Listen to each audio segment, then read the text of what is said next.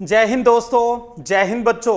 Political science की class में आज हम शुरू करने जा रहे हैं आपका 5वां चैप्टर, जिसका नाम है समकालीन विश्व में सुरक्षा।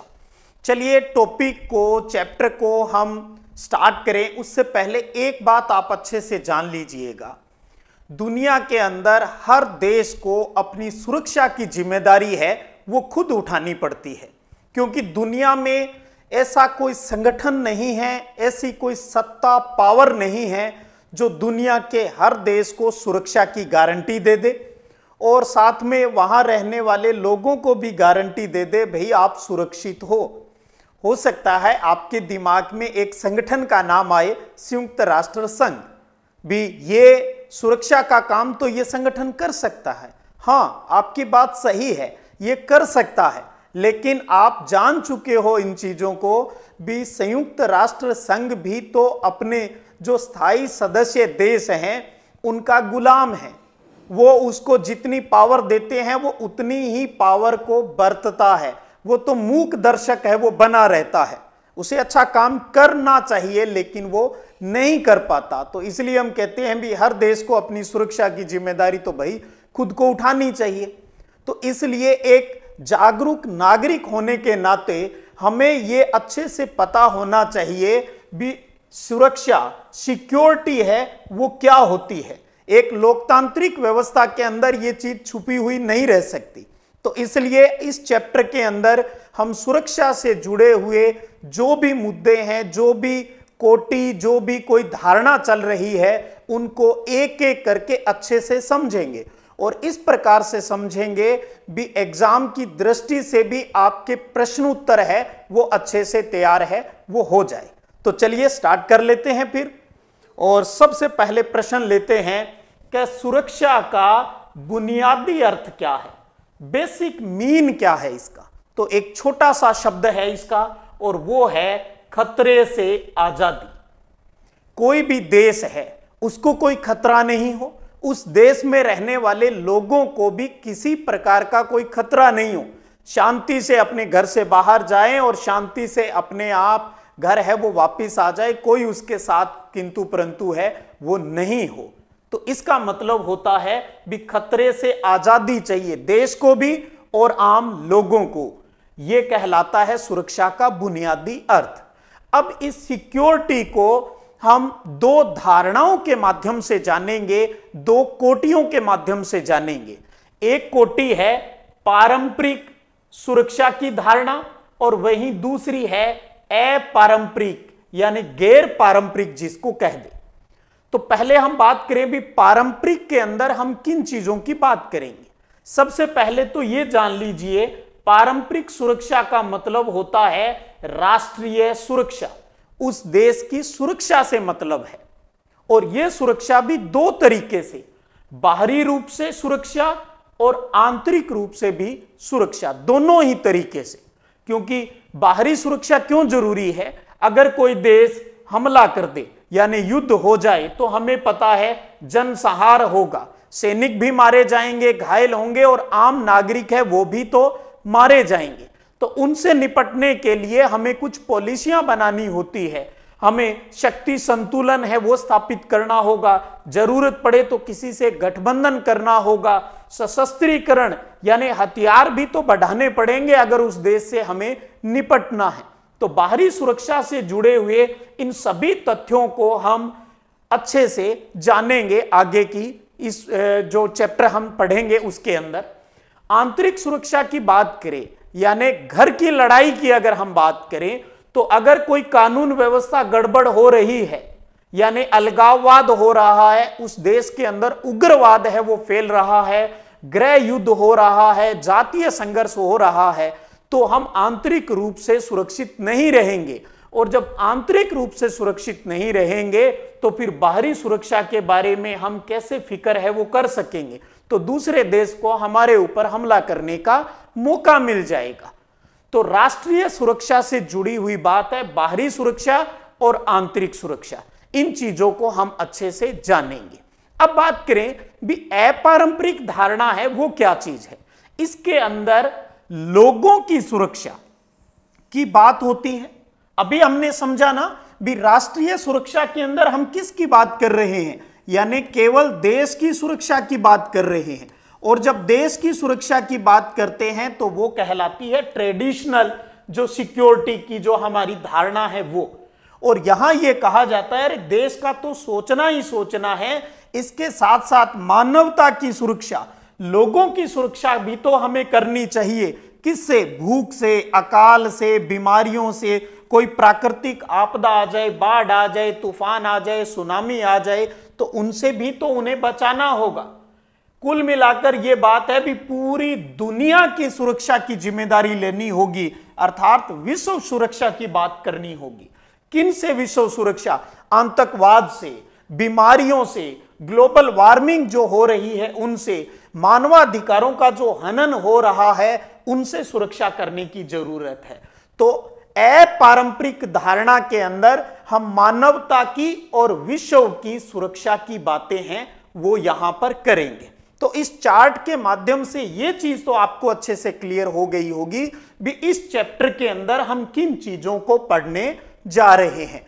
अब एक एक करके इनको अच्छे से समझेंगे और आज की वीडियो क्लास के अंदर हम सुरक्षा की एक प्रमुख धारणा जो पारंपरिक धारणा है राष्ट्रीय सुरक्षा, उनको अच्छे से समझेंगे। सबसे पहले बात करें बाहरी सुरक्षा से क्या मतलब है, कैसे निपटा जाता है। क्योंकि जब युद्ध होता है तो इसका मतलब असुरक्षित है, हम विध्वंस है और मृत्यु हो सकती है, सबको पता है।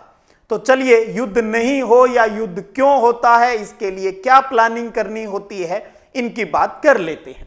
तो पारंपरिक धारणा के अंदर हम देश की सुरक्षा यानी बाहरी सुरक्षा की बात करेंगे और इसके अंदर सबसे पहले आता है सैन्य खतरा। अब इसको समझे, परीक्षा की दृष्टि से इंपॉर्टेंट लाइनें भी हम साथ में तैयार करेंगे कि सैन्य खतरे को किसी देश के लिए सबसे ज्यादा खतरनाक माना जाता है। तो अपने आप में प्रश्न बन गया ना, किसी देश के लिए सबसे ज्यादा खतरनाक किसे माना जाता है? कोई हमला हो जाए, सैन्य खतरे को सबसे ज्यादा खतरनाक माना जाता है। और हमला कौन करेगा? कोई दूसरा देश है वो करेगा। और सैन्य हमले की धमकी से देकर वो किसी भी देश की संप्रभुता को, उसकी स्वतंत्रता को और क्षेत्रीय अखंडता के लिए खतरा पैदा कर सकता है। ये संप्रभुता, स्वतंत्रता, क्षेत्रीय अखंडता, ये उस देश की, राज्य की क्या कहलाती है? ये केंद्रीय मूल्य है वो कहलाते हैं। तो जब किसी देश के केंद्रीय मूल्यों के ऊपर चोट पहुंचाई जाती है तो स्वाभाविक है गुस्सा तो आएगा, लड़ाई होगी, युद्ध होगा जिसमें सैनिक मारे जाएंगे, आम लोग हैं वो भी मारे जाएंगे और दोनों ही देश के जो लोग हैं, वहां की सरकार है वो भयभीत होगी। तो बाहरी सुरक्षा के अंदर सबसे महत्वपूर्ण जो डर है वो है सैन्य खतरे का। अब बात आती है तो अगर युद्ध हो गया तो इस युद्ध से बचने के क्या उपाय हो सकते हैं? सैन्य खतरा हो गया यानी सीधी सी बात समझिए भी युद्ध स्टार्ट हो गया, तो अब उससे बचने के क्या उपाय है? यह बात एक प्रश्न के रूप में भी बोर्ड में आपसे पूछी जा सकती है। वो ये है कि बुनियादी तौर पर किसी देश के पास युद्ध की स्थिति में कितने विकल्प हो सकते हैं? तो 3 विकल्प उसके सामने हो सकते हैं। युद्ध हो गया, स्टार्ट हो गया या होने वाला है तो 3 ऑप्शन उसके सामने हैं। पहला है आत्मसमर्पण कर दे, भैया सरेंडर कर दो खुद को, यानी दूसरा पक्ष जो उसके ऊपर युद्ध कर रहा है, हमला कर रहा है, बिना युद्ध के ही उसकी बात हम मान ले, ये कहलाता है आत्मसमर्पण यानी सरेंडर करना। सरेंडर कर दिया, भैया जो तू कहेगा वो मैं मान लूं। दूसरा क्या हो सकता है? हम दूसरे देश को इतना डरा दें कि वो युद्ध से पीछे हट जाए। हम उसको डरा दे, भैया हमारे पास हथियार है, परमाणु बम है हमारे पास, अगर तुमने हमारे साथ घोचे किए, प्रॉब्लम क्रिएट की तो मैं उन्हें छोड़ दूंगा, कि हम तो डूबेंगे सनम और तुम्हें भी ले डूबेंगे। तो इस डर के मारे वो भी पीछे हट सकता है। एक ऑप्शन ये हो सकता है। तीसरा है कि उस हमलावर देश को हम पराजित कर दें, हरा ही दें, अपने आप सुरक्षित हम हो जाएंगे। तो ये 3 ऑप्शन उसके सामने हैं। तो अपने आप एक प्रश्न भी तैयार हो गया और बात भी क्लियर हो गई। एक चीज यहां बता दें, हर देश अपने देश की सुरक्षा की नीति बनाता है। जब वो अपनी सुरक्षा की नीति बनाता है ना, तो उसके अंदर इस आत्मसमर्पण का, सरेंडर करने का कहीं भी उल्लेख नहीं करता, क्योंकि इससे तो बेइज्जती हो जाएगी। तो ध्यान रखिएगा, कोई भी देश अपनी सुरक्षा नीति के अंदर आत्मसमर्पण का उल्लेख नहीं करता है। समझ गए? तो चलिए अब हम आगे की बात जाने। भी युद्ध के बचाव के तरीके समझ लिए, तो कुल मिलाकर उस देश की सुरक्षा की नीति क्या हो सकती है। तो परंपरागत सुरक्षा नीति के 4 तत्वों का उल्लेख हम करेंगे। एक है अपरोध, दूसरा है रक्षा, तीसरा है शक्ति संतुलन, और चौथा आता है गठबंधन बनाना। बहुत प्यारा क्वेश्चन है, जो टॉपिक का नाम है वही क्वेश्चन हो जाता है अपना। अपरोध, रक्षा, शक्ति संतुलन और गठबंधन बनाता है कोई भी देश अपनी सुरक्षा पॉलिसी के तहत, और यह कहलाती है परंपरागत सुरक्षा का सिस्टम। अब एक एक करके जाने। सबसे पहले बात करें भी अपरोध क्या होता है। अपरोध का मतलब होता है रोकना। किसे रोकना? युद्ध को रोकना भाई। तो युद्ध की आशंका को रोकने से इसका संबंध होता है। दूसरे देश को हम इतना डरा दें कि वो युद्ध से पीछे हट जाए, ये नीति क्या कहलाती है? अपरोध। चलिए अभी मैं वापस आपको पीछे वाली स्लाइड पर लेके जाऊं। दूसरा पॉइंट किया था हमने कि युद्ध होने के समय कौन से विकल्प है। तो दूसरा विकल्प देखिए कि दूसरे देश को इतना डरा देना कि वो युद्ध से पीछे हट जाए।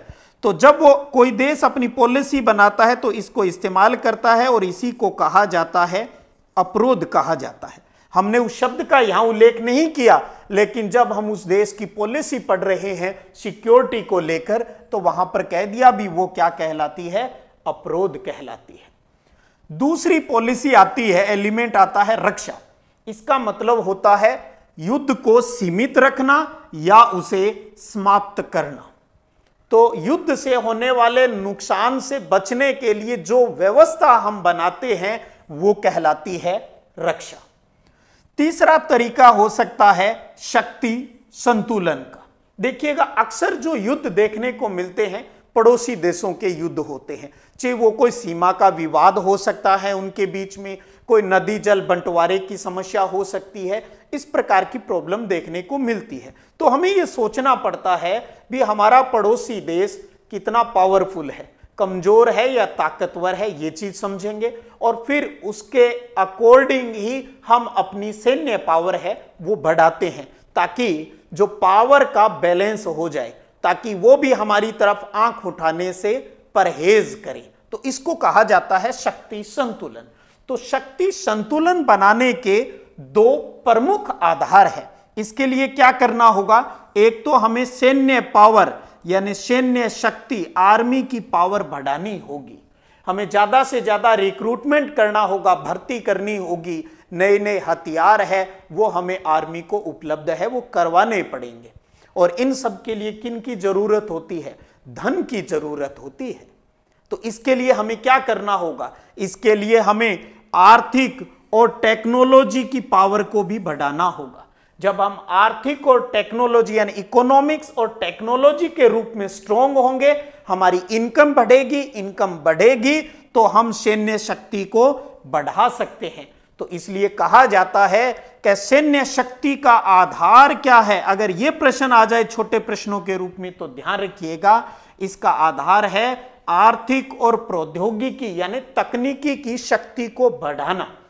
तो सैन्य शक्ति को बढ़ाना और आर्थिक और प्रौद्योगिकी की शक्ति को बढ़ाना, यह शक्ति संतुलन का आधार होता है।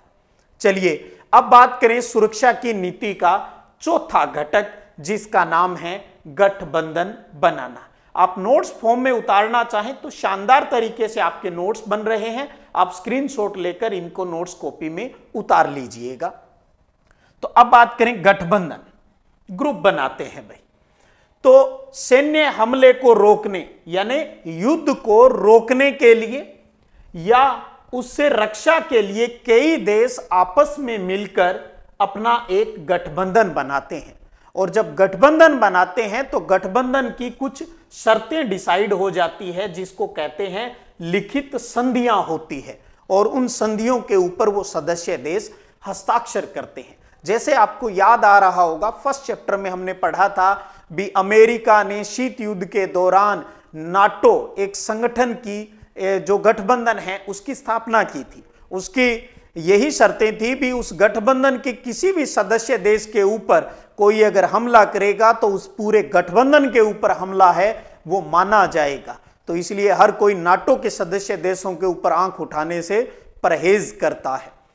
अब बात आती है भी कोई भी देश किसी गठबंधन में शामिल होता है तो वो क्यों होता है, यानी गठबंधन बनाने के आधार क्या है। अभी हमने एक टॉपिक पढ़ा शक्ति संतुलन, उसमें भी हमने पढ़ा भी शक्ति संतुलन स्थापित करने के आधार क्या हो सकते हैं।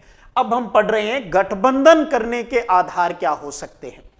तो पहला है अपनी ताकत को बढ़ाने के लिए, इससे उन पूरे गठबंधन की पावर है वो बढ़ जाएगी क्योंकि सब मिलकर है वो उस प्रॉब्लम का सामना है वो करते हैं। और दूसरा होता है जो गठबंधन बनते हैं वो राष्ट्रीय हित पर आधारित होते हैं।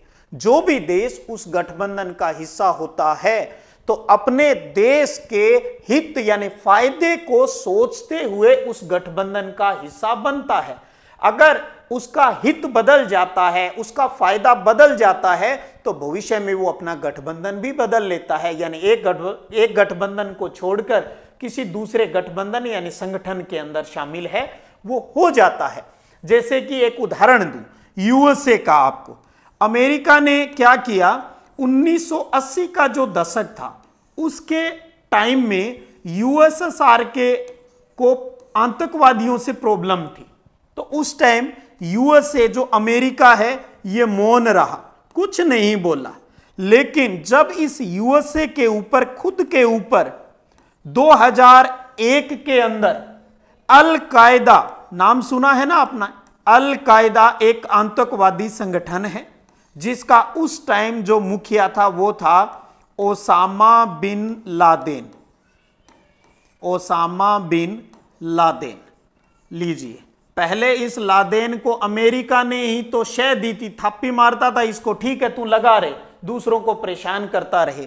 लेकिन ओसामा बिन लादेन के संगठन अल कायदा ने 2001 में 9/11 की घटना की बात करें, अमेरिका के वर्ल्ड ट्रेड सेंटर के ऊपर हमला कर दिया।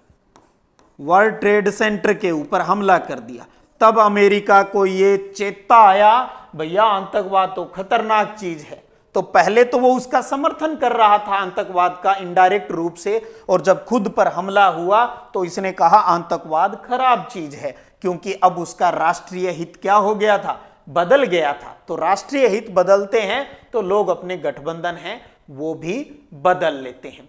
तो इस प्रकार इन चारों पॉलिसियों को, परंपरागत धारणाओं की अगर बात करें तो यह बात क्लियर हो जाती है भैया विश्व राजनीति के अंदर प्रत्येक देश को अपनी सुरक्षा की जिम्मेदारी है वो खुद को उठानी होती है, कोई उसकी सुरक्षा के लिए वहां नहीं आएगा।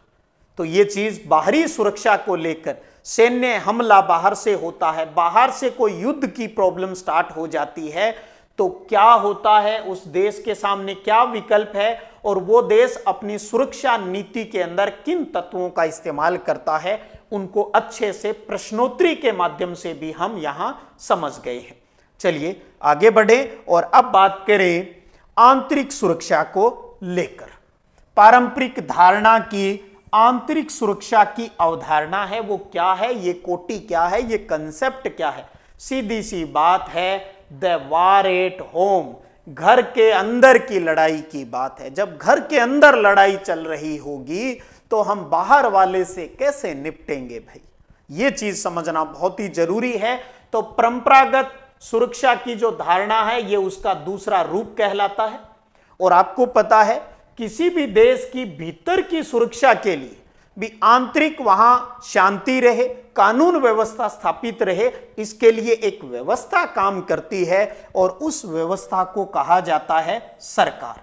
तो जो भी सरकार, जिस भी राजनीतिक दल की सरकार बनती है उसकी जिम्मेदारी है भी देश को आंतरिक रूप से भी मजबूत है वो रखा जाए, उसको अखंड है वो रखा जाए, किसी प्रकार की प्रॉब्लम नहीं हो। क्योंकि कई बार होता है कुछ उग्रवादी ताकतें, कुछ अलगाववादी जो ताकतें हैं वो लोगों को भड़काती है, अलग देश बनाने की मांग है वो करती है। कई बार जातीय संघर्ष आ जाते हैं और उस जातीय संघर्ष से जो हमारी जो अंदर का जो सिस्टम है वो सारा उसके अंदर लिपट जाता है, जिससे हमारी बाहरी सुरक्षा को खतरा है वो हो जाता है। तो इसलिए देश का आंतरिक रूप से भी सुरक्षित रहना बहुत ही जरूरी है।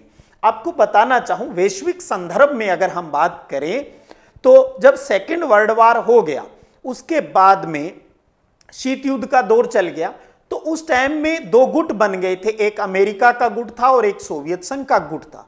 तो उस टाइम जो देश थे उनको अपनी आंतरिक सुरक्षा को लेकर कोई ज्यादा प्रॉब्लम नहीं थी, उनको सिर्फ बाहरी देशों से ही अपनी सुरक्षा को लेकर चिंता है वो रहती थी। हाँ, ये बात जरूर है भी यूरोप के देशों ने अफ्रीका, एशिया के जो गरीब देश थे उनको अपने कब्जे में कर रखा था, यानी उनको अपना उपनिवेश बना रखा था, गुलाम बना रखा था। तो वहां पर जरूर खून खराबे की बातें हुई। क्यों हुई? क्योंकि वो देश इस उपनिवेशवाद से, यूरोप के चंगुल से बचना चाहते थे, अपनी आजादी चाहते थे। तो उस टाइम फिर क्या हुआ? 1950 के अंदर फ्रांस है वो वियतनाम में उलझ गया। 1950 और 60 के दशक में ब्रिटेन है वो केन्या में जूझता रहा, ब्रिटेन भारत में भी जूझता रहा। 1947 में हम भी आजाद हो गए। तो लगभग दुनिया के अंदर बात करें, यूरोप के उपनिवेशों को जो आजादी है वो 1940 के दशक के उत्तरार्ध से मिलनी स्टार्ट हो गई थी। उत्तरार्ध यानी लास्ट के अंदर, जैसे 1947 में हमारा देश भारत है वो आजाद हो गया। तो देखिए, दूसरे देशों की अगर हम बात करें, दुनिया के हिसाब से अगर बात करें तो वैसे कोई प्रॉब्लम नहीं थी, लेकिन उपनिवेश गुलाम देशों के अंदर यूरोप को प्रॉब्लम थी। फिर क्या हुआ? देश आजाद हो गए, अफ्रीका के देश आजाद हो गए, एशिया के देश आजाद हो गए। हमारे ये जो आजाद देश थे इनके सामने दोनों ही प्रकार की प्रॉब्लम थी। कौन सी? एक तो बाहरी सुरक्षा को लेकर और दूसरी आंतरिक सुरक्षा को लेकर। तो यहां एक प्यारा प्रश्न बन जाता है, वो ये है भी एशिया और अफ्रीका के नव स्वतंत्र देशों के सामने सुरक्षा की चुनौतियां किन दो मायनों में विशेष थी? क्योंकि नए नए आजाद देश थे, पड़ोसी है वो घोचेबाजी करता है, तो इन दोनों को अपने पड़ोसी देश से सैन्य हमले की आशंका थी, यानी बाहरी सुरक्षा का भी डर था। और दूसरा है आंतरिक सैन्य संघर्ष की भी चिंता थी, आंतरिक रूप से भी, क्योंकि उग्रवादी, अलगाववादी जो ताकतें हैं वो वहां पर उठ रही थी और जो हमारे पड़ोसी देश हैं वो उनको उकसाते हैं। जैसे आपने पंजाब का उदाहरण ले तो वहां पर कुछ अलगाववादी ताकतों ने पंजाब को एक अलग देश बनाने की मांग तक है वो कर ली थी। तो बाद में सरकार ने उग्रवाद को खत्म करने के लिए अभियान चलाया और उन ताकतों को दबाया। तो ये चीजें बहुत ही जरूरी हो जाती है देश की आंतरिक सुरक्षा से निपटने के लिए। तो ये एक बेसिक बात हो गई यहां पर, और एक प्यारा सा प्रश्न हो गया आंतरिक सुरक्षा के अंदर। तो ये चीज क्लियर हो गई। स्क्रीनशॉट लेना चाहें तो आप स्क्रीनशॉट है वो इसका ले सकते हैं। तो अब हम बाहरी सुरक्षा और आंतरिक सुरक्षा को अच्छे से जान गए हैं और हमारी सुरक्षा नीति के तत्वों और घटकों को भी जान गए हैं। अब बात करें सुरक्षा के पारंपरिक तरीके क्या हैं। पारंपरिक भी बाहरी और आंतरिक सुरक्षा से निपटने के लिए हम कौन से मेथड का इस्तेमाल करते हैं। हमने पहले समझ लिया भी कौन सी नीति बनाई है उस देश ने, अब हम तरीकों की बात कर रहे हैं। तो चार प्रमुख तरीकों को हम यहां समझेंगे। सबसे पहले आता है कि सुरक्षा की परंपरागत धारणा में न्याय युद्ध नीति की पालना हमें करनी होती है, जो कि वही यूरोपीय देशों की जो नीतियां चलती थी उसी को सारे देश हैं वो फॉलो करते हैं। इसके अंदर चार तरह की बातें आती हैं न्याय युद्ध नीति के अंदर। चाहे आपने महाभारत पढ़ा देखा है तो उसमें भी आप इन्हीं चीजों को देखते हैं कि युद्ध है वो स्वयं या दूसरों को जनसहार से बचाने के लिए ही करना चाहिए। खुद को बचाने के लिए, खतरा हो गया तो बचाने के लिए ही युद्ध होना चाहिए, वैसे किसी के साथ पंगे नहीं करने चाहिए। दूसरा है कि युद्ध में युद्ध के जो संसाधन हैं, हथियार हैं, उनका सीमित प्रयोग करना चाहिए। कहीं ये नहीं है छोटी सी बात पे ही जो लास्ट हथियार होते हैं वो पहले ही चला दिए जाएं, ऐसा नहीं करना चाहिए। हो सकता है कंट्रोवर्सी हुई है आपस में, वो थोड़े टाइम बाद है वो क्लियर हो जाए, तो पहले हल्की फुल्की डरावनी है वो चलनी चाहिए। तीसरी बात आती है, अगर कोई व्यक्ति निहत्था है और वो आत्मसमर्पण करने वाला है, सरेंडर करने वाला कोई भी दुश्मन है, तो उसे नहीं मारना चाहिए, उसके ऊपर किसी भी प्रकार का बल का प्रयोग नहीं करना चाहिए। किसी को मारने या बल प्रयोग की बात तभी करनी चाहिए जब उसको समझाने के सारे उपाय हैं वो असफल हो जाए। तो न्याय युद्ध नीति में 4 तरह की बातें हैं वो निकलती है। पहला क्या हो गया, युद्ध खुद को या लोगों को बचाने के लिए होना चाहिए, इसमें सीमित संसाधनों का, हथियारों का इस्तेमाल होना चाहिए। कोई व्यक्ति आत्मसमर्पण सरेंडर कर रहा है तो उसे नहीं मारना चाहिए, और लड़ाई या बल का प्रयोग तभी करना चाहिए जब उसको समझाने के सारे तरीके हैं वो फेल हो जाए। तो एक तो हमारा ये तरीका रहता है, हमारे का मतलब दुनिया के लगभग सभी देशों की बात हम यहां पर कर रहे हैं, क्योंकि हम यहां वैश्विक संदर्भ में बात है वो समझ रहे हैं। दूसरा तरीका आता है वो है निशस्त्रीकरण। निशस्त्रीकरण, तो सबसे पहले तो हम ये जाने भी निशस्त्रीकरण क्या होता है। एक शब्द होता है शस्त्रीकरण, इसका मतलब होता है हथियारों को बढ़ाना, घातक हथियार है वो ज्यादा से ज्यादा इकट्ठे करना। और दूसरा है निशस्त्रीकरण, इसका मतलब है जो घातक हथियार है उनके इस्तेमाल से हमें परहेज करना चाहिए, उनका इस्तेमाल नहीं करना चाहिए।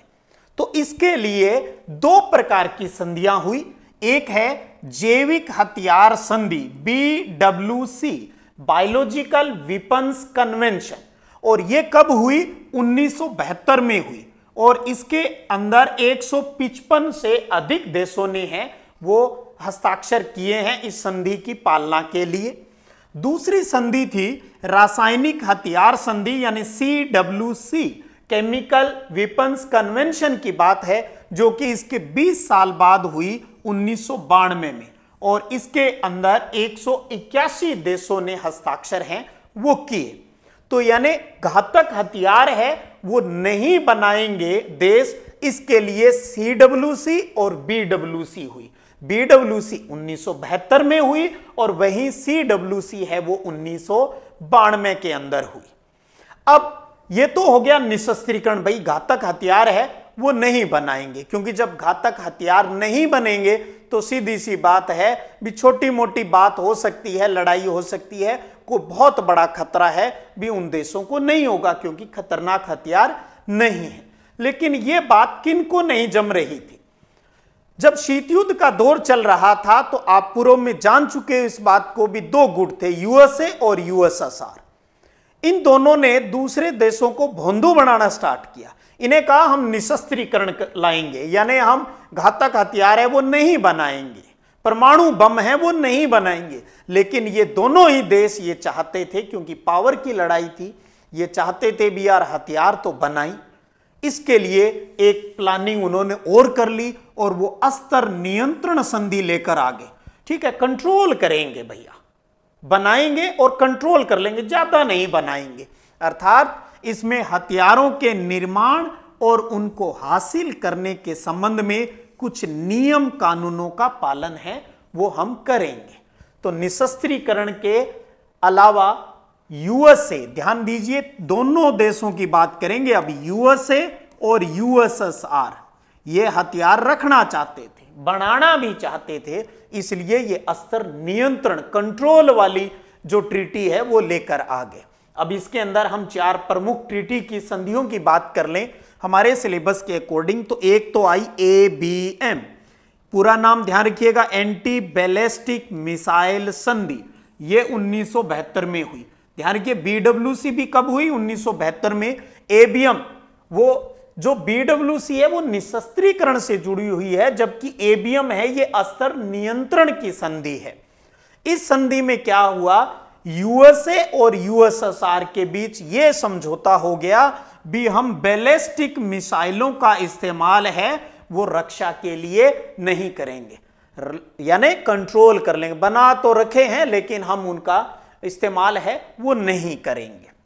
दूसरी संधि इन दोनों के बीच जो हुई वो थी साल्ट संधि, strategic arms limitation treaty second. First और सेकंड दो हुई, सेकंड वाली जो हुई 1979 के बीच में हुई और इसके अंदर कहा गया भी हम घातक जो हथियार है उनको सीमित कर लेंगे। यहां तो कहा हम परहेज ही करेंगे, लेंगे ही नहीं, जबकि यहां कहा हम सीमित कर लेंगे। दोनों देशों ने ये प्लानिंग है वो कर ली साल्ट संधि के तहत। अब बात करें तीसरी संधि की, वो है start, strategic arms reduction treaty, जो कि दो हुई थी, एक 1991 में हुई थी और दूसरी 1993 में हुई थी। स्टार्ट फर्स्ट और सेकंड, इसमें भी यही बात थी भी घातक हथियारों को हम सीमित रखेंगे और साथ में उनकी संख्या में भी हम कमी कर देंगे। किन्होंने? यूएसए और यूएसएसआर ने। अब इन दोनों देशों ने इस प्रकार से ये संधियां करनी स्टार्ट कर दी, मूर्ख बनाना स्टार्ट कर दिया। और इसी से जुड़ी हुई है एक महत्वपूर्ण और भी इंपॉर्टेंट संधि और वो है एनपीटी। एनपीटी यानी न्यूक्लियर नॉन प्रोलिफेरेशन ट्रीटी, जिसको हिंदी में कहा जाता है परमाणु अप्रसार संधि। परमाणु अप्रसार संधि, कोशिश कीजिए हिंदी इंग्लिश दोनों में याद रह जाए, एक दो बार करते हैं तो याद रह जाएगी, वरना हिंदी तो रह ही जाएगी। परमाणु अप्रसार संधि, पहला प्यारा प्रश्न यही बन जाता है ये संधि कब हुई थी? 1968 के अंदर हुई थी। और इसमें क्या था, इसके अंदर फिर भोंदू बनाया गया सबको, जो परमाणु शक्ति संपन्न देश है क्या वो एटमी हथियार रख सकते हैं, परमाणु हथियार रख सकते हैं। वो 5 परमाणु शक्ति संपन्न, वही एबीसी यानी अमेरिका, ब्रिटेन, चाइना हो गई, रसिया हो गया और फ्रांस हो गया। एबीसी रफ, जो कि सुरक्षा परिषद के अंदर 5 स्थायी सदस्य देश है, उन्हें परमाणु शक्ति संपन्न देश माना गया और उनको कहा इस एनपीटी संधि के तहत ये परमाणु हथियार रख सकते हैं। और देखिए क्या जबरदस्त बात कही कि बाकी देश है वो परमाणु हथियार नहीं रखेंगे। तो हमने भी इसका विरोध किया था, ये क्या मतलब हुआ, खुद तो रखना चाहते और हमें इसकी परमिशन है वो आप नहीं देना चाहते। इस संधि में उन्होंने क्या किया था, इन्होंने कहा कि जनवरी 1967 तक जिन देशों ने परमाणु हथियार बना लिए हैं या उनका परीक्षण कर लिया है वही हथियार रख सकते हैं, बाकी नहीं रख सकते। तो इस तरीके से अब आप कहानी समझ गए भी मूर्ख बनाई गई। तो यहां छोटे छोटे 2-3 प्रश्न, पूरा नाम, दूसरा कब हुई एनपीटी 1968 में, और इसके अंदर क्या प्रावधान था भी जनवरी 1967 तक जिन्होंने परमाणु हथियार बना लिए, परीक्षण कर लिए, वो हथियार रख सकते हैं, बाकी देश है वो नहीं रख सकते हैं। तो इस प्रकार से ये 3-4 जो संधियां हैं वो परमाणु अस्त्र नियंत्रण, जो अस्त्र नियंत्रण के तहत है वो हो गई। एक उपाय और हो सकता है और वो है विश्वास बहाली का उपाय। पड़ोसी देशों के को विश्वास में रखना बहुत ही जरूरी है। ये भी जो सुरक्षा नीति का एक प्रमुख हिस्सा है, एक तरीका है कि प्रतिद्वंदी देश जो हमारा कंपटीटर देश है, जैसे भारत का प्रतिद्वंदी देश पाकिस्तान हो गया, वो किसी गलत फहमी में युद्ध के लिए तैयार न हो जाए, इसके लिए पड़ोसी देशों के साथ सूचनाओं और विचारों का आदान प्रदान है वो करते रहना चाहिए। और यहां कोई भी सैन्य योजनाएं बन रही है, कोई अगर कोई परीक्षण हो रहा है, आर्मी की भर्ती हो रही है, तो आप हमें उनको क्लियर करना पड़ता है भी हम ये किस लिए कर रहे हैं। कोई युद्ध अभ्यास हो रहा है, किसी दूसरे देश के साथ युद्ध अभ्यास हो रहा है, तो पड़ोसी देश की आर्मी को सूचना है वो दे दी जाती है ताकि विश्वास बना रहे, उनको ये डर नहीं सताए भी पड़ोसी देश है वो हमले की तैयारी है वो कर रहा है। तो विश्वास बहाली का उपाय करना भी जरूरी है। तो समझ गए अब इन चारों बातों को। क्या पढ़ी हमने 4 बातें, देखिए हमने पढ़ी सुरक्षा के पारंपरिक तरीके, एक पढ़ा न्याय युद्ध नीति, भी 4 तरीके की बातें हमें पालना करनी है। फिर निशस्त्रीकरण और उसके तहत 2 संधि, फिर अस्त्र नियंत्रण संधि के तहत हमने एबीएम, साल्ट, स्टार्ट और एनपीटी की बात कर ली, और फिर हमने एक चौथा उपाय की बात कर ली, वो है विश्वास बहाली का उपाय। तो इस प्रकार से आप परंपरागत सुरक्षा की जो धारणा है, जो कोटि है, उसको क्लियरली अच्छे से समझ चुके हैं। और इससे हमें यह पता चल गया भी सैन्य बल से ही सुरक्षा को खतरा पहुंचता है और सैन्य बल से ही सुरक्षा को कायम है वो रखा जाता है। क्योंकि कोई देश जब अपनी आर्मी को बढ़ाता है, हथियार बढ़ाता है, तो खतरे की संभावना रहती है, युद्ध की संभावना बन जाती है। लेकिन यह भी तो है, अगर युद्ध होता है तो उसे निपटा किससे जा सकता है? आर्मी से ही तो निपटा जा सकता है, सैन्य शक्ति से ही निपटा जा सकता है। तो आज की अपनी इस वीडियो क्लास के अंदर हमने सुरक्षा की परंपरागत धारणा की जुड़ी हुई एक एक बात जो हमारी परीक्षा में पूछी जा सकती है वो सब क्लियर कर ली। अब बारी आती है आज के महत्वपूर्ण प्रश्न की, जिसका जवाब आपको कमेंट बॉक्स के अंदर देना है। प्रश्न है, कोई भी देश किसे अपनी सुरक्षा नीति के रूप में प्रचारित नहीं करता है। 4 ऑप्शन आपके सामने लिखे हैं, इनमें से जो सही आंसर है उसका जवाब आप नीचे कमेंट सेक्शन के अंदर देंगे। आप अपने डिस्ट्रिक्ट और स्टेट का नाम भी बताइएगा ताकि जान सकें हमारे चाहने वाले, हमसे प्रेम करने वाले कहां कहां से जुड़े हुए हैं। तो इसलिए जवाब है वो जरूर दीजिएगा। इसी प्रकार प्रेम और स्नेह बनाए रखिएगा और अगले वीडियो सेशन के अंदर हम अपरंपरागत जो सुरक्षा की धारणा है उसको जानेंगे और भारत का नजरिया है उसको भी समझेंगे। फिर मिलते हैं, तब तक जय हिंद, जय भारत।